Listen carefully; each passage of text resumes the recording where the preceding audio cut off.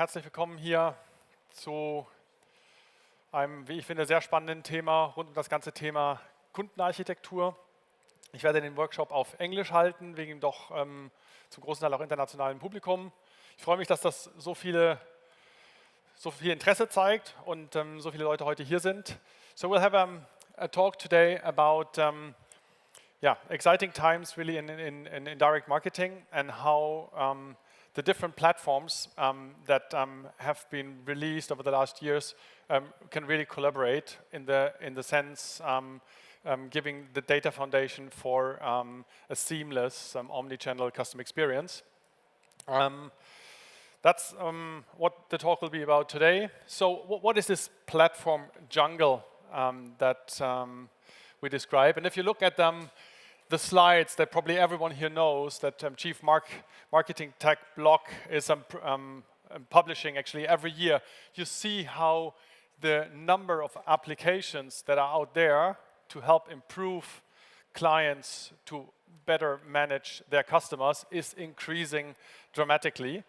And it's a bit insane, really, and the question is, who can really understand what this is all about and which tools do I really need, and especially in my business, for what I do, so what are the right tools to use?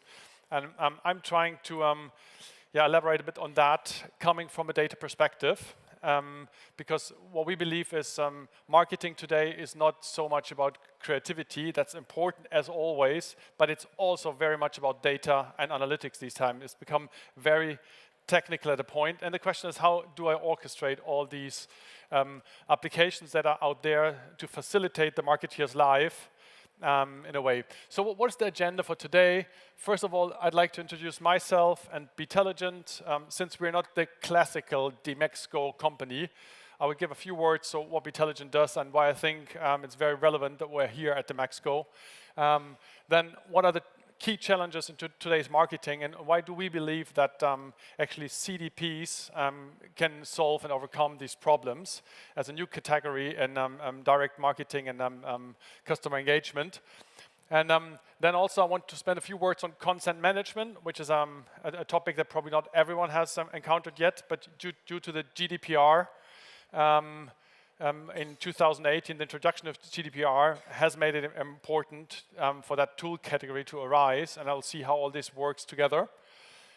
Please feel free to ask any questions during the talk. I'd like to have this very interactive. And we have Slido here integrated in the DMEXCO app, so you can also post questions there, and we'll be interrupted and we'll do this. And I'm also accepting questions in German if that feels better for you. Yeah, and then in the end I'll close with what are the main takeaways, and then there's some room for questions. So that's the agenda for today.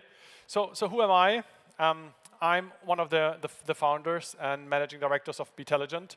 We are a data company. We are in the data business for the last 15 years.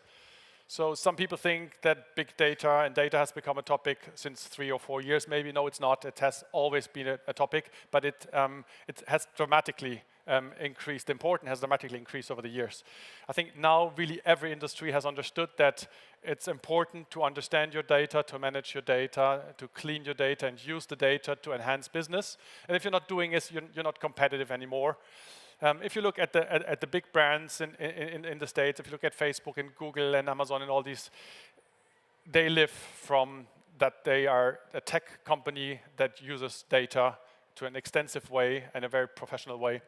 And I think that's important. So we started 20 years ago in the data business, and I have always done this, always with a focus on customer data, which is makes things special because you're always in Datenschutz, as it was in Germany, or now GDPR, is always an important topic when dealing with customer data. Apart from that, Klaus and myself, who founded b.telligent, we are a serial entrepreneur. We have founded a few other companies on the way, all within the topic of data and B2B business, because we think that we have a very strong proposition in Germany coming to B2B business, doing complex business applications that solve complex projects, problems for the businesses. We have a really broad customer base at b.telligent. I can give you an overview here. So we really started our journey as b.telligent in the telecommunication area. Everyone who's worked in telecommunication knows that that's an industry that have extensive amounts of data. what they know about their customers is really sometimes scary.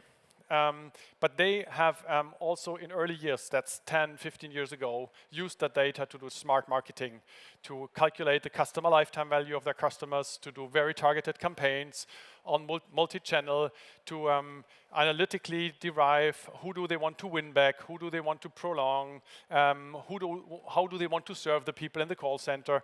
All this has been done based on data already 10, 15 years ago. And actually this knowledge is something that we're currently transforming, bringing to the other industries. As you see, we're also in banking, in the entertainment and media business, in e-commerce. There's no industry really today which is not dealing with data. And the thing is, why can we do this as b.telligent? It's because the problems around data are very similar, independent of the industry. Yeah, it's always about data quality, about governance, about the data sources, and the problems in merging data and getting the data to form a unified view on the customer. So the competencies we have at b.telligent are really on all levels. So we do the big data and warehousing, which is really the back-end work you have to do to consolidate data. But it's also reporting, visual analytics, like working with the data interactively. It's doing BI strategy, data governance. How do I organize myself around using data? So what we see is that most companies really fail to set up the right organization to use the knowledge that's in their data and spread it across the company and make it a data-driven company. And we also help on that part, see how do I have to organize myself around data, because it's not just a technical problem here. You see, we have grown fast. I founded in 2004. We are now close to 200 employees and consultants.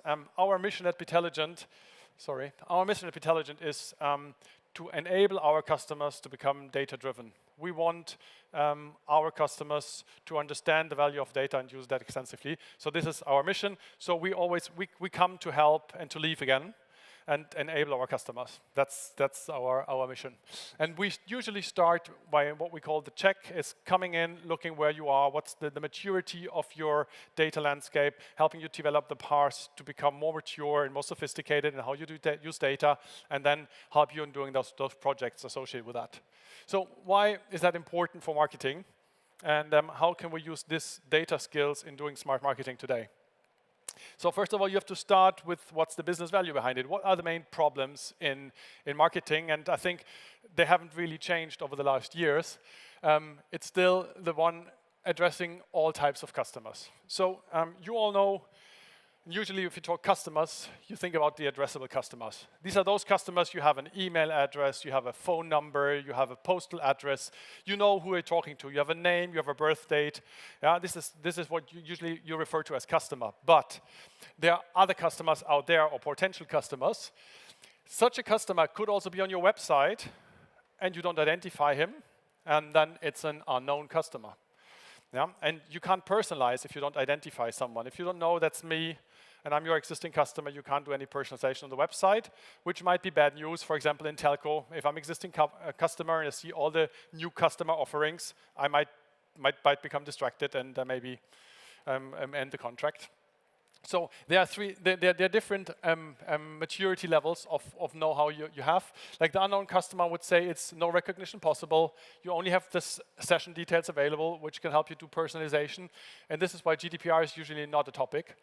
The known customers are those where I say there is a cookie. I can identify those. I have a history maybe, but I still don't know exactly who I'm talking to. So the reference to the natural being is not there yet. And then there are the addressables. And of course, it has to be your strategy in marketing to convert people more and more, to have more and more addressable customers, because that's a base you can then nurture with all the tools that are out there in the market. Yeah, and if you look at the potentials, yeah, usually the known customers, the addressables, yeah, that's the smallest portion of the customers. The real potential is out there, and the question is, how do I get those converted to known customers? That's the job that has to be done. And the question is, which campaign management tool or marketing automation tool you're using currently is good in doing this job? And there hasn't been many tools able to get these two words together. And I think this is something which changes using CDPs. Then the other thing is relevance. Yeah, I think we are exposed to so much communication and advertising on all different channels. Everyone's really fed up. So what happens? The response rate goes down. Yeah, people are ignoring. They use ad blockers. I mean, we all know these topics. Yeah, right. So the question is, how can I still be relevant for the customer in the way I communicate? That's a big topic, and that means I have to go to lower and lower segments. And this includes that I need to do be more and more automated. Addressing smaller and smaller segments to be more and more relevant means automating the processes. Yeah. So first of all, I have to understand the customer needs, and I have to be able to predict the behavior, and then I can address these smaller segments. And the third thing really is the individualized journey across the touch points. So if I see these, I mean, they're all young people, but they still might have completely different needs. And if I see what happens on their omnichannel journey, I have to treat them maybe differently and all these social contacts. Yeah, and this means that we are facing a multi-channel or omnichannel problem as well. So there are different types of customers we have to address. We have to understand them well and deal with extremely small segment sizes, which means we need to automate and we have to manage a lot of touch points. That's the difficulty in today's marketing. And the question is, how can the tools out there today help me achieving that? And there's one answer. It's CDP. Who's heard of CDP? Ah, that's good. It's a good audience. Yeah, yeah. I mean, it's a topic that's really picking up these days. The question is, are the CDPs really hype or is it a help? And well, let's see what the market analysts say. And if you look at Gartner, they say, "Oh, customer data platform is on top of the Gartner hype cycle." This is good and bad news at the same time. Good news is people are caring about it now. But the thing is, you all know, the valley of frustration, of disillusionment is still coming. So this means the question is, it's not a matter of I buy a CDP. The question is, how do I integrate a CDP? How do I really use the CDP to be successful in implementing it? It's not just deciding for it, because otherwise I will end up in the valley of disillusionment, yeah, with the CDPs. And this is exactly where we try to help our customers to see how does a CDP combine with the rest of my architecture and infrastructure I've already set up around smart customer interaction. Yeah. And if you also look at Google Sense, you see that it's more and more relevant, and it's being picked up. And of course, like always, the trend is coming from the US. So they are ahead of all these topics. And actually, it's David Raab, the founder of the CDP Institute. He really introduced the topic, the acronym CDP, and defined what this class of tool is. And we are, as b.telligent, a partner of the CDP Institute. We're collaborating pretty closely. And actually, there's really valuable content for everyone who wants to inform themselves about CDPs and the functionality of CDPs. It's worthwhile looking there. I would give you a few more insights on the work they do. But also, we see announcement from Salesforce and from Adobe. I think the Salesforce was first, and the next day Adobe announced their CDP. So this means if like the market leaders, if they feel that they have to announce a CDP product, it means there's some relevance to it. So we believe there is some relevance to it. And I think I like the fact that even the big player, the important players in the market are addressing this topic now. So what's the use of a CDP? What is different to what has happened before? First of all, we have pre-built components. Yeah. If something is pre-packaged, then obviously you're saving time. And you can't make mistakes you have otherwise done if you do it yourself. Yeah, because things are already pre-packaged for you. The other thing is we have a massive change in technology over the last 10 years. When I started business intelligence 15 years ago, we were working with Oracle 7, relational databases, and you really had to look at how you organize your data to get performance out of the infrastructure, because otherwise it would have been too costly. This is now different. We now have the cloud, we have big data technology, we can do really massive calculations on billions of data records with really low cost. And so the use cases that you can apply to data is completely different these 15 years ago.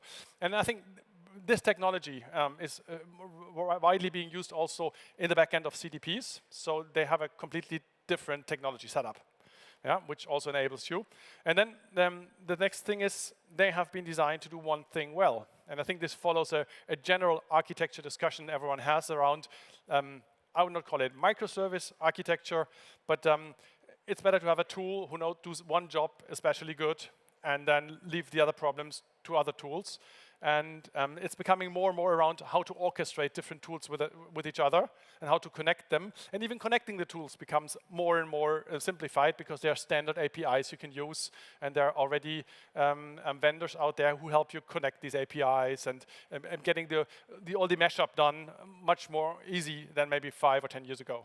Yeah, and then the vendors who sell CDPs today, they have been, like b.telligent, in this customer intelligence business for the last 15 years. So there's a learning curve there on what the problems are and what needs to be solved, and they have assembled all this knowledge in the platforms. And this is why these tools really help the marketeer become faster and smarter in managing their customer data.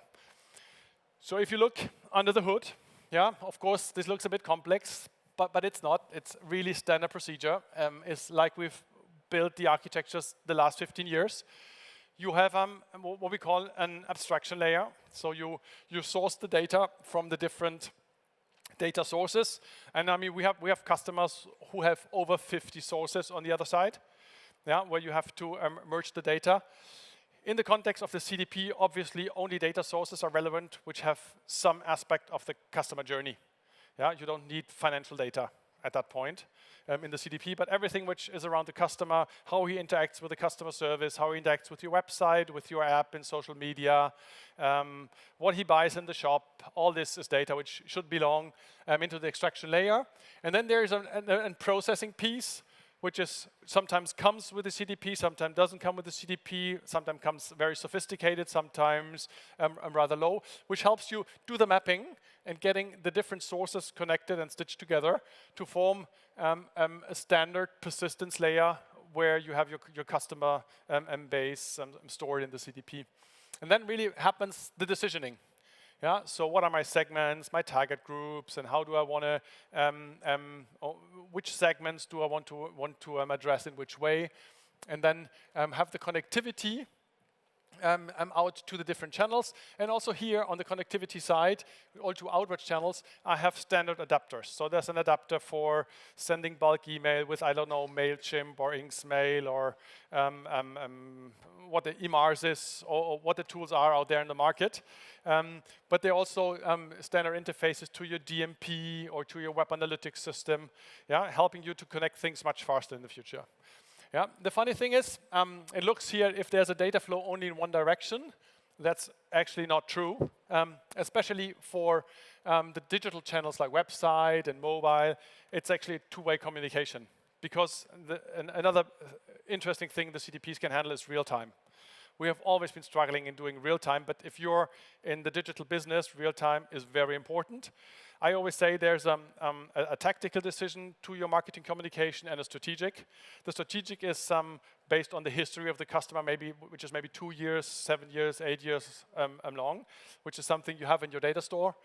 But the tactical decision is what's happening right now, what is interested right now, and you need to combine these two different thoughts for a right communication strategy. And exactly this can be done using the CDP technology. So you have immediate response from the website. He's actually right now looking for a white t-shirt, and then the question is, so what does that mean for me? I thought he liked blue in the past, but now he's interested in white t-shirt. So I change maybe the personalization according to that tactical decision in the moment. And this is why a CDP is not like a CDP. Yeah, if you see this whole value chain behind, we distinguish, or the CDP Institute distinguish between data CDPs, analytical CDPs, and engagement CDP. And obviously, the engagement CDPs, they really cover the longest tail of the value chain here, while the data CDPs, they really focus on the data integration piece, which is a job for itself. really. Yeah, the analytics add the decisioning and the segmentation and the campaigning to it, and then the engagement CDP have all the connectors to really get the data out again and do the interaction. Yeah, so depending on where you are, we've seen architectures where people buy a data CDP on one side because they really need the connectivity. But on the other hand, they say, I'm not happy with the campaign features of that data CDP. So they also have a campaign CDP, and they combine those two. Even that's an architecture scenario. And so these things can go together. If you see, what we still need and what we still recommend is building a data mart. I come to that in a minute. We think it's the job of you as a client to manage your data first before handing it over to a tool like a CDP, because this enables you, in terms of a modular architecture again, to stay in control of your data, because building a data mart with all the customer data in there already is a lot of data integration effort, and usually you have customized systems where no standard connectivity is available anyways. So this job should be done before, and then we have already a good data feed into the CDP. And if you see what other client software like in marketing automation or marketing cloud cover, they usually come from the delivery side and go all this way up here, like for example, Salesforce Marketing Cloud, Adobe Marketing Cloud, IBM, Oracle. I mean, they all have propositions in that area. This is typically what they cover. Usually, they are not that strong in the data connectivity and the automated data processing, which the data CDPs obviously bring to the game. Yeah.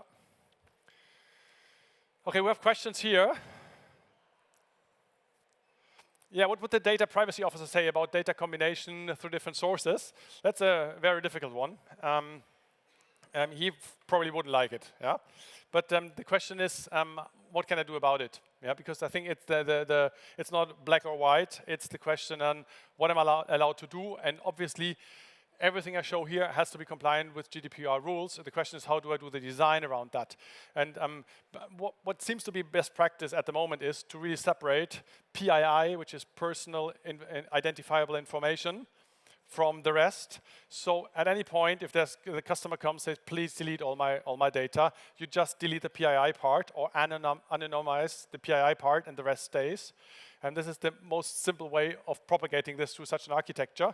But I must say that there are ways on getting this GDPR compliant. I think what we find also is that the discussion is very different in different industries and depending on your data protection officer.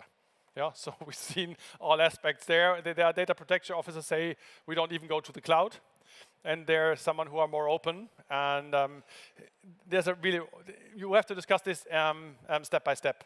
Then how does a CDP interact with its DMP? I mean, that's the next slide then, really.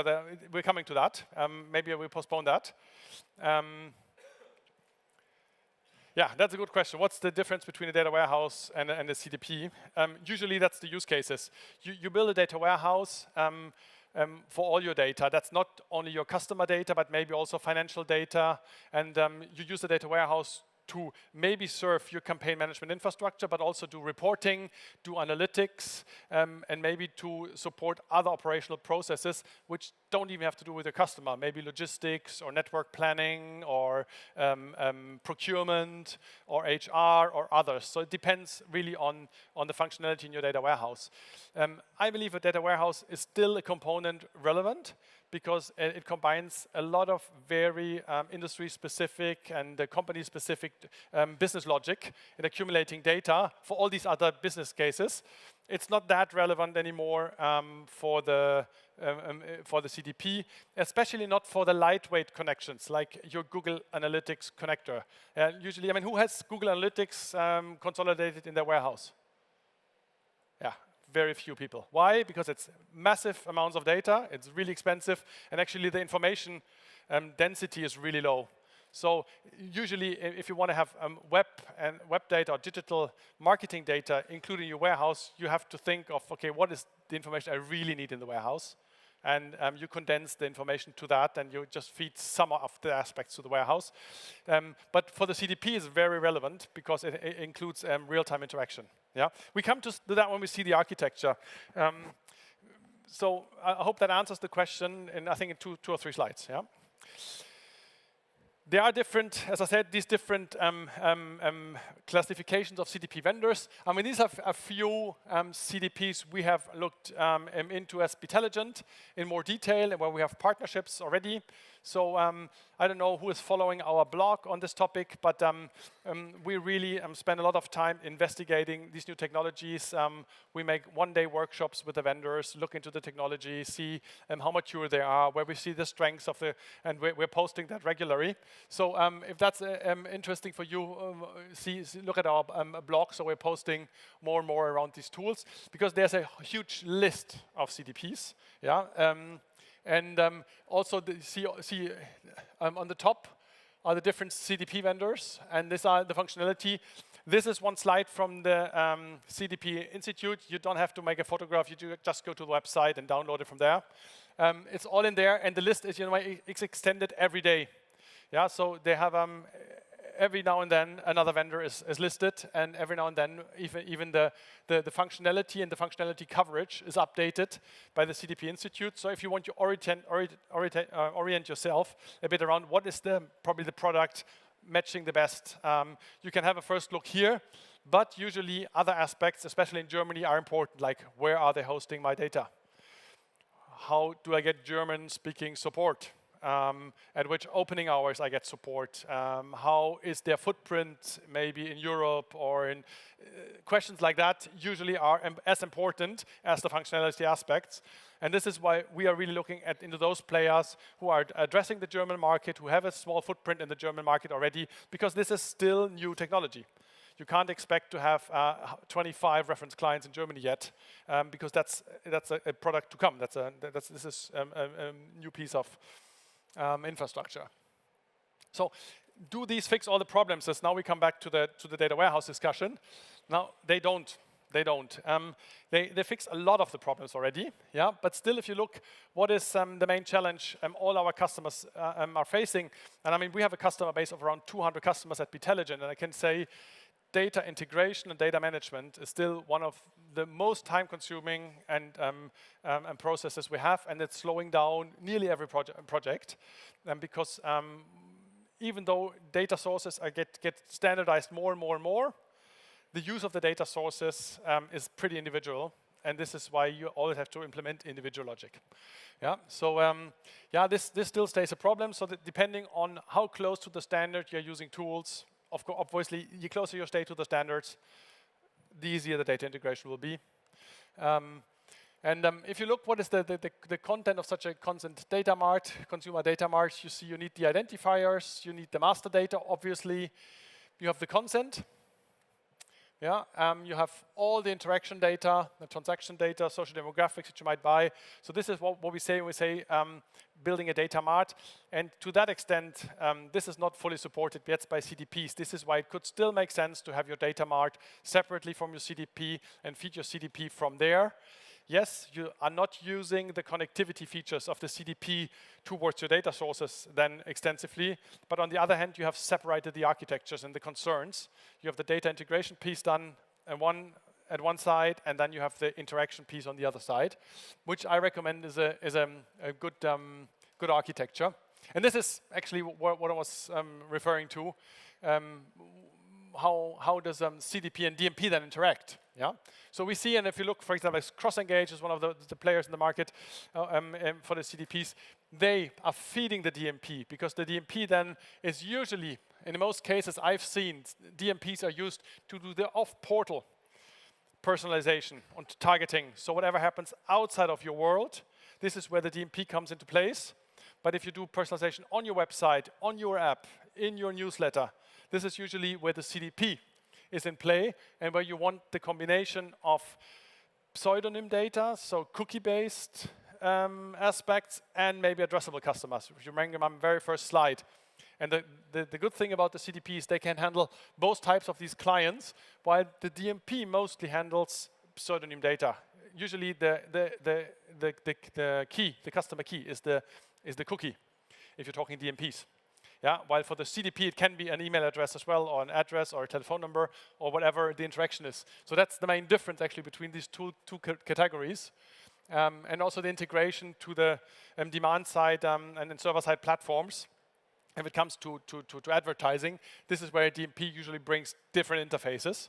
So we see really a DMP as a component to be fed from the CDP. And then, as I said, the CDP to be fed from the customer data mart, which I was just explaining. And to separate those concerns, because that means if you're at a point, change the CDP or need to implement other services like a recommendation engine or some personalization engine on a website, the question is, so who's feeding the personalization engine with customer data? Yeah? And in that case, you always have that piece done and worked out in the customer data mart, which helps you. And it's also supporting the use cases like consumer reporting and consumer analytics. Usually you want to monitor how your customer base is growing and how the addressable customers are growing, and maybe the customer lifetime value of your customer base is growing. The question is, where you do all that reporting? Yeah, usually you do that on the customer data mart as well. And if you want to implement like specific logics and analytics, you can do all these analytic use cases on top of your customer data mart and structure the way you need them using Python or R or whatever people use these days to do data science. Yeah? And you can do this upfront, feed the customer data mart, and then feed the data through the CDP so the CDP can make full use of your new derived variables. Yeah? And the warehouse, actually, we use a different term here a bit. We use data lake, though there's a difference between the data lake and the warehouse. But we feel that data warehouse in many of our customers has a very bad reputation.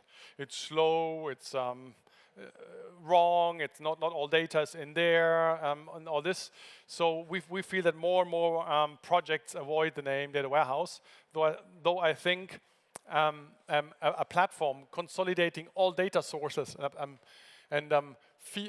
where you have all data sources feeding data into is still required, and I think a data lake is probably coming close to that main reason why you have built warehouses in the future in the past, and so you have like a data backbone with your data lake here, which if you look at in the details of data lakes, usually also that are multi-layer architectures.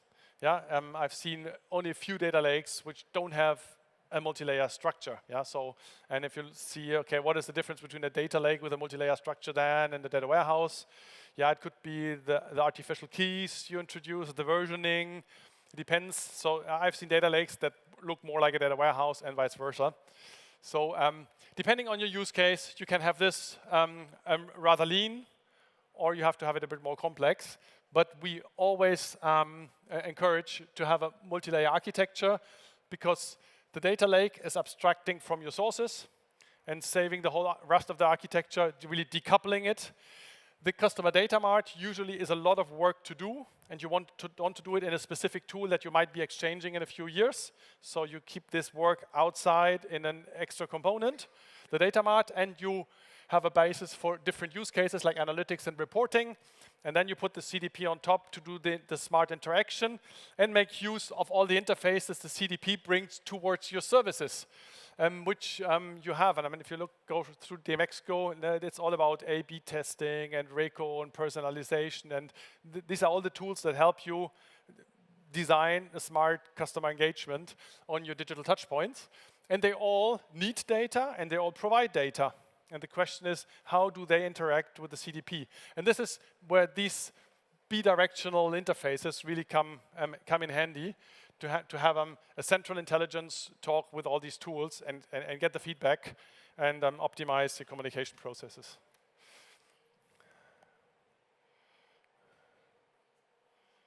Yeah, so why can't the job of the consumer data mart not be fulfilled by the CDP, since often it's actually the CDP where the 360-degree view of the customer profile lies? That's the question, if that's really true. We would recommend to also feed that data all to the data lake, because otherwise you're missing that data in the data lake, and the data lake is not a complete set of data you have. And maybe there's other units and business units that also need the data and want to have a look at the data. And if you just feed it back to the CDP, you have a login of that data and the know-how in the CDP, and the rest of the company doesn't really know what's happening. So we say, We need a real-time integration of all these services with the CDP, because then we can also do tactical decisions. But it also makes sense to have an export to the data lake, which usually is a low-cost cloud storage like S3 on AWS or block storage on Azure or whatever, or some Hadoop big data platform. So at least low-cost storage here. While this could be relational, this could be in-memory databases, which you want to have more analytical use cases. Yeah, and so I wouldn't say that the data from these touch points should only be integrated to the CDP. You build yourself a lock-in with a CDP. You can do that, and if you want to be fast, that's probably also how you start a project. The question is if looking longhand, that's the right strategy. And the architectures we see, especially in enterprise business, is more saying, no, we want to have a complete data lake with all information in there, and this is the source from where we feed the rest of the interacting services. Oh, sorry, yeah, the NBA Advisor, I didn't talk about that. That's a tool that actually everyone needs in customer service, but actually not everyone has. Is if I call in customer service, the question is, and I'm a member of a specific campaign and some specific communication should happen to me, the question is, does the agent know or not? And in that case, you call in and say, you have a problem with my bill, and then the agent sees, oh, please ask him to go for online billing, and then he can directly communicate that campaign with the customer at that time. So it's actually the campaign interface towards customer service, inbound.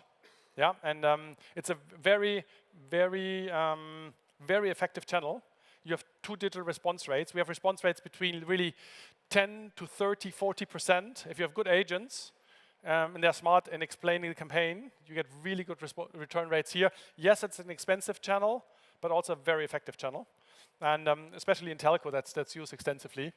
And we have an own built component by b.telligent to support this process of communicating the campaigns in customer service inbound. Yeah, so it's just another channel. In this view, it's just another channel. Yeah. How do you involve the actual person best in validating your golden record? Yeah, that's a difficult one. Yeah, I think that there are businesses where the golden record is easy, and there are businesses where it's actually not solvable. And so that depends on your business. So I would say, for example, if you're a pure e-commerce player, building the golden record is usually much easier than if you are, for example, a telco, or if you are an energy provider, where you have so many different aspects of a customer. You have the customer account, and you have the connectivities, and there's so many different levels of what a customer can be. And in telco, you have the SIM card, you have the device, you have the contract, you have the account, you have, and this gives some complexity. So what do I mean by customer? Do I need the one paying the bills? Is it the one using the phone? Is it the one the contract partner? So it's really more difficult. And then building a golden record becomes a more difficult task to do. So I say there are businesses where building the golden record is something that the CDP can do easily. And there are businesses where that's not the case. Yeah, so you can't take it for granted that, and in that case, in those businesses where it's easy, this part of the data mart can be part of the CDP. Yeah, it can be a very, it can be an architectural decision to say we want to be fast. We do this job in the CDP to be fast in the first step. And yes, we know that we have some kind of lock-in then to the CDP, but that's okay for now because we are faster. Yeah, and this is something we are discussing with our clients when designing the project. So there's another piece of infrastructure in this jungle, which is the consent management platform. I just want to briefly talk about. And as you see in the hype cycle, it's only becoming a hype. Yeah, it's just rising up the arm to become a hype. And it's very funny that it's not just now that this tool category arises. You see in the Chief Marketing Tech blog, it was first listed in 2018. That was the year of GDPR. And what we see is that most of our clients and the companies, they have fixed all their GDPR issues as fast as possible for 2018.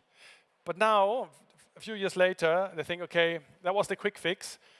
If we have to do it, how can we do it in a way that helps us also in the way we manage our data.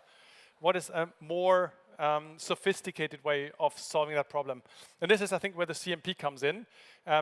It's a central center where you manage all the different contents that you can collect on the touch points are then, via standard REST API stored in a central database. So if the customer wants to know what are all the contents I have given to you, you can just look in one place and see it's all here. You can hand out the documentation to the customer himself. You can have on the reading side, connect this database to any channel, so it's no matter if I'm in the app or on the website, I can see all the data because I'm looking to a central data store. It really simplifies the process of managing consent because most of our clients, they have consent in the newsletter tool, they have consent in their CRM system, they have consent in their loyalty system, they have consent everywhere. But the question is, how can I access all these consents from the different touch points? We say we have a multi-channel problem here, and this means ending up in lots of connections you have to build again. And looking forward, it's a much smarter approach to say, no, there's a central piece of architecture which solves that problem for me, and which is compliant with all the new regulations that come in with GDPR. And this component solves that part of the GDPR problem. Yeah. So, and what are also the pitfalls and in introducing those systems? So we have a lot of clients who say we build a component like that. It's obvious we need to have a consent management platform. We build it ourselves. So what they usually don't see is that they have different audience levels. So you can have permissions or consent on email level, on personal level, on postal address level, on different levels. And then if you look at your CRM system, usually that works on one of these levels. And the question is, how do I manage consent on other levels?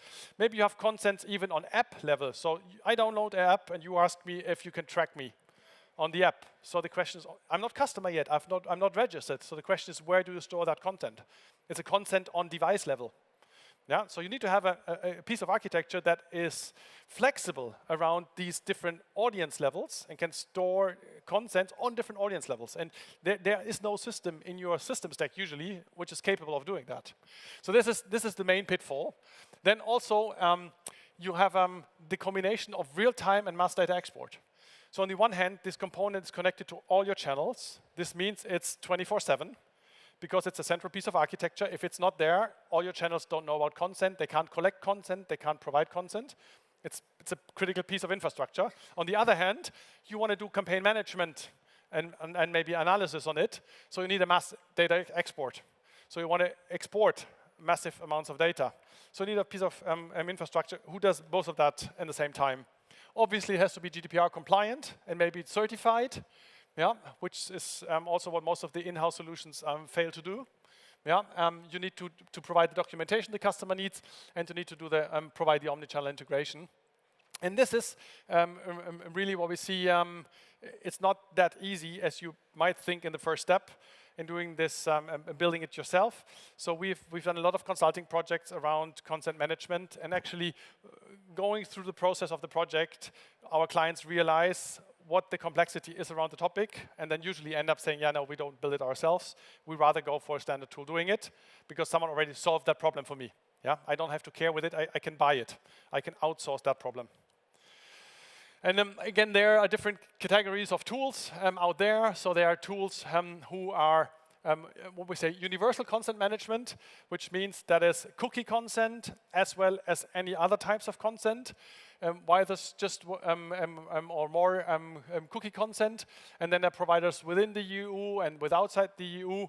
It's a bit like with the CDPs. If you look in the tools on a more detailed level, you see not all tools really fit your purposes, so you have to have a closer look what tools you use. But again, we see this is not a hype topic yet. We see that a lot of our customers are picking up on it, but it's a still growing interest.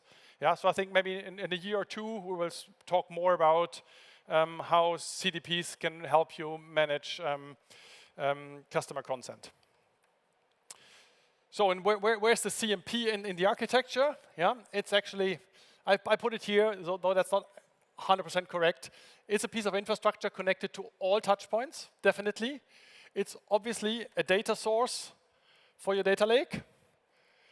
And it's connected to all these touch points in real time, as well as, of course, to the CDP.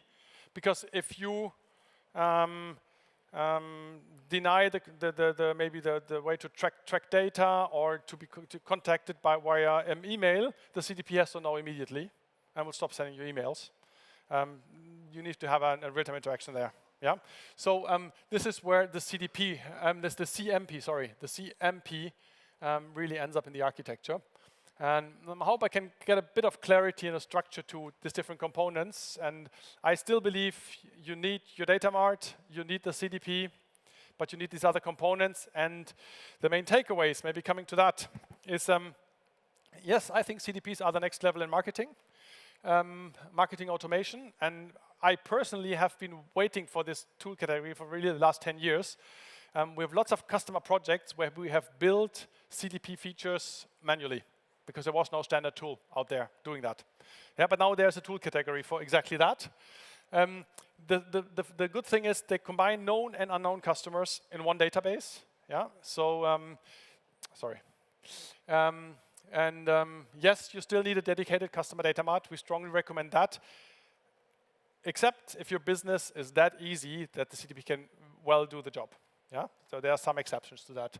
Yeah, you need more, sooner or later, content management makes sense for everyone. It depends on your roadmap, when the right pieces, but if you're there to structure your customer data and customer data flow anyways, this might become a topic for you as well in the future. And this is for me the main takeaway, observing the development of the market. The orchestration of the services, this becomes the differentiator. It's not what service you use, it's how these interact, how the data flow and the connectivity between the services is. And this is exactly where we can help as a consulting company, and this is why we think it's good that we are here at DMEXCO, because I'm really sick and tired of all these data silos at the customers. And there's no connectivity between them. And if you don't have them connected, you don't get a coherent customer experience across your touch points. And we can help on this. If you want to learn more about b.telligent, about our customers, about how data and marketing works together, we have on our customer platform, which is the World of Data, in May. We have all our clients are there. We have only talks from clients showing their projects, their experience, using data in our services. We have lots of our partners there, so you can inform yourself about CDPs and databases and data management tools and content management, and they're all there. So it's a big platform. We're expecting 650 people, and it's just around data, the world of data. So thanks for listening.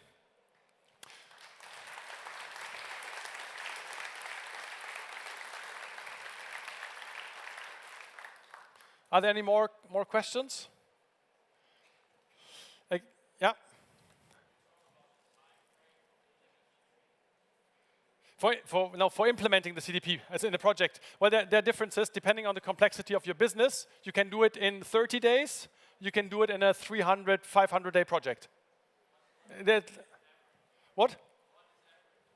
Yeah, I would say rather less than 100 man days of integration effort. Yeah. Yeah. So the slides can be downloaded on our website as well. There's a live stream which you can look. So if you haven't taken pictures, you can get access to the slide if you're interested. Thank you again for joining.